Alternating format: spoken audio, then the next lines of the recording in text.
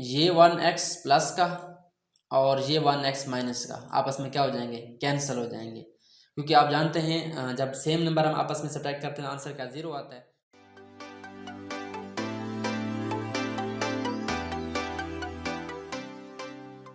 अस्सलाम वालेकुम, welcome students, मैं हूं आपका टीचर नेमतुल्लाह और आप देख रहे हैं मेरा YouTube channel NG knowledge point. Students, आज का हमारा टॉपिक है एडिशन ऑफ अलजेब्रिक एक्सप्रेशंस।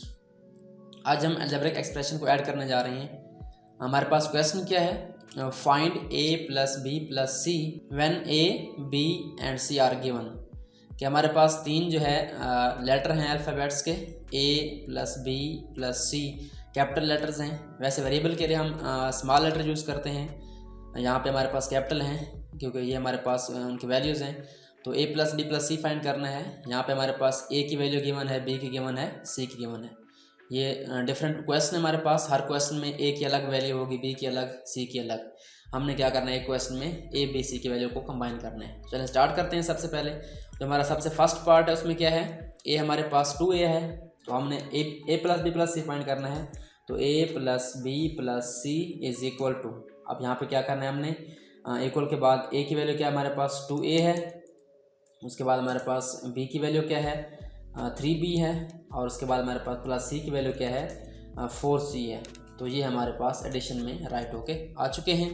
तो अब आप देखें इनमें कोई लाइक टर्म है, यानी एक जैसे टर्म है, वेरिएबल एक जैसे हैं। तो यहाँ पे आप देख सकते हैं, यहाँ पे a वेरिएबल है, यहाँ b है, यहाँ c है, तो ये मज़ीद सिंप्लीफाई नहीं हो सकते। तो ये हमारे पास यहाँ पे क्या हो जाएंगे, क्लोज हो जाएंगे। उसके बाद हमारे पास नेक्स्ट पार्ट है। नेक्स्ट पार्ट में अगर आप देखें तो वहाँ पे क्या है हमारे पास x प्लस वाई है एक ही जगह पे, तो हमारे पास क्या आ जाएगा x प्लस वाई एक ही जगह पे आ जाएगा। और उसके बाद प्लस अगेन b की वैल्यू क्या है हमारे पास, आप देख सकते हैं यहाँ से x माइनस 2y, तो हम लिखेंगे x माइनस 2y। उसके बाद हमारे पास c की वैल्यू हमारे पास गिवन है 3y minus x, so plus 3y minus x। इसको आप सॉल्व करें तो हमारे पास क्या आ जाएगा, left hand side as it is a plus B plus C आ जाएगा। और हम क्या करेंगे, इसको सॉल्व करेंगे तो हमारे पास इसका आंसर क्या आएगा, a प्लस बी प्लस सी का आंसर हमारे पास आ जाएगा। सबसे पहले आप देखें कि x वाली टर्म कौन सी है, यहाँ पे है और यहाँ पे है और यहाँ पे है।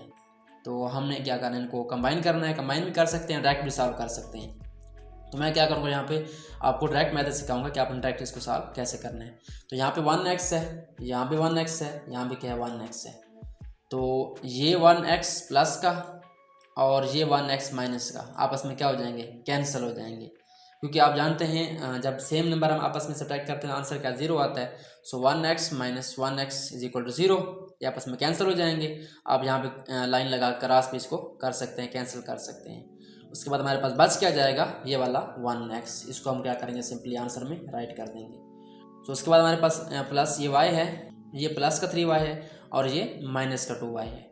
तो आपने इनको ऐड करना है। सबसे पहले y और 3y क्या हो जाएगा हमारे पास 4y बन जाएगा, और 4y में से जब हम 2y निकाल लेंगे, माइनस करेंगे, तो हमारे पास क्या आ जाएगा, प्लस का 2y। चलिए इसको लिख लेते हैं हम, यहाँ पे आपको समझ आ जाएगी 4y माइनस 2y यहाँ पर बच जाएगा हमारे पास। हमने क्या किया, इस y को और इस 3y को ऐड कर लिया, क्योंकि ये ऐड हो रहे हैं और ये माइनस हो रहे हैं, हमने इसको नेक्स्ट स्टेप में सॉल्व करना है। उसके बाद हमारे पास कोई टर्म नहीं बचती ऐसी, यानी इसको x वालों को हमने हल कर लिया, ये x वाले हमारे पास 3 है और y वाले 3 है, हल हो गए। इसको आप क्या कर सकते हैं, राइट कर सकते हैं। अगर आप चाहें तो यहीं पे सॉल्व कर सकते हैं। मैं क्या करता हूँ, इसका एक स्टेप बढ़ा देता हूँ ताकि आपको क्लियरली समझ आ जाए। सो 4y minus 2y, plus minus क्या होता है, माइनस होता है। 4y माइनस क्या करें, 2y निकाल लें, तो हमारे पास आंसर क्या आ जाएगा, प्लस का 2y आ जाएगा। तो ये हमारे पास इसका आंसर है। आप 1 यहाँ पे ना भी लिखें तो हमारे पास आंसर क्या आ जाएगा, a प्लस बी प्लस सी का x प्लस 2y। तो चलिए आप चलते हैं नेक्स्ट क्वेश्चन की तरफ। नेक्स्ट हमारे पास क्वेश्चन कौन सा है, उसके बाद हमारे पास जो क्वेश्चन है उसमें क्या है, a किसके बराबर है हमारे पास, s प्लस एस टी के बराबर है। तो हम लिखते हैं यहाँ पे a plus B plus C is equal to, तो यहाँ पे हमारे पास a क्या है, s प्लस एस टी, और b क्या है हमारे पास g प्लस टी, और हमारे पास c क्या है, s प्लस 2g। तो हमारे पास ये राइट होके आ चुका है। इसको सॉल्व करते हैं। सिंपली आपने क्या करना है, लेफ्ट हैंड साइड को एज इट इज़ राइट करना है, a plus B plus C is equal to, so s plus s, तो ये क्या बन जाएगा 2s, क्योंकि यहाँ पे s वाले और कोई टर्म नहीं है। उसके बाद S T plus S T, कोई टर्म नहीं है एस टी वाली, तो क्या करेंगे आप एस टी को, इस टर्म को एज इट इज़ जैसे लिखी हुई है वैसे लिख देंगे। उसके बाद जी है, सो जी प्लस 2g क्या होगा हमारे पास, ये बन जाएगा 3g। और कोई और टर्म दिखाएं यहाँ पे, तो यहाँ पे t है और s पहले ऐड हो चुका है, पीछे क्या रहता है हमारे पास, सिर्फ t रहता है। तो आप क्या करेंगे, t को अलग राइट कर देंगे क्योंकि t अकेला है, इसके साथ वाले कोई टर्म नहीं है। तो ये हमारे पास क्या आ चुका है, इसका आंसर आ चुका है। सो ये हमारे पास सॉल्व हो चुका है। उसके बाद हमारा नेक्स्ट पार्ट में क्या है हमारे पास, जो इसका फोर्थ पार्ट है उसमें हमारे पास क्या है, a की वैल्यू है p plus Q plus R, p plus Q plus R. उसके बाद b की वैल्यू हमारे पास क्या है, p plus Q minus 2r, p plus Q minus 2r।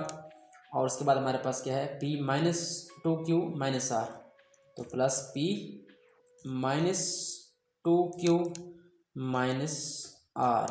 तो ये हमारे पास क्या आ जाएगा, राइट कर लिया हमने। उसके बाद left hand side as it is जिस तरह पहले सॉल्व करते हैं आप, तो इसको राइट कर लें आप लेफ्ट हैंड साइड को।